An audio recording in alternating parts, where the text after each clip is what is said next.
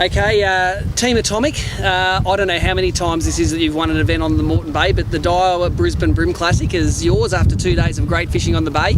Didn't have as good a day on the second day as the first day, but can you tell us a little bit about your tactics, where you fished and what you caught them on? Sharpie, start off with where you did it.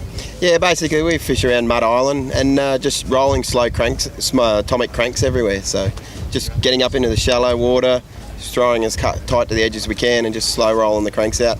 Some of the places we fish, you need the fish to actually hit the lure to get it back. So, Steve, Eldred, you fish with Sharpie a lot and you go through a lot of lures in the past. How many lures did you go through this event? This event probably wasn't as bad as most, Steve. I reckon we would have done our 20 for the 2 days fishing, but if you saw the sort of country we throw these lures to get the fish we get, it's quite understandable.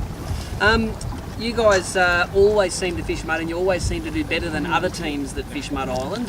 What's your tactic to get the best fish off Mud Island? Is it just persistence or have you got a special technique you use? I think one of our tactics is we never go to mud, Steve. You'll only ever see us there in a competition. It's just something Aaron and I have declared over the years. And that's for many reasons, but like all places that gets fished heavy, it does take its toll on the stock, so we save it for the big events and that's good for us. You caught obviously some good kicker fish on day one. Obviously you're catching them in fairly shallow water. What's the secret to getting big fish out of shallow water on light line? Hold that rod high and say a lot of prayers, Steve. We do use light line. A lot of the big one, yes, they come in on 2.5 pounds straight through. So a lot of them come today on braid with 6 pound leaders. I don't think it really mattered with the water clarity the way it was, but the more you fight that fish, like anywhere, fishing under pontoons, if you put some herd on that fish, he's going to get upset and put the herd back on you.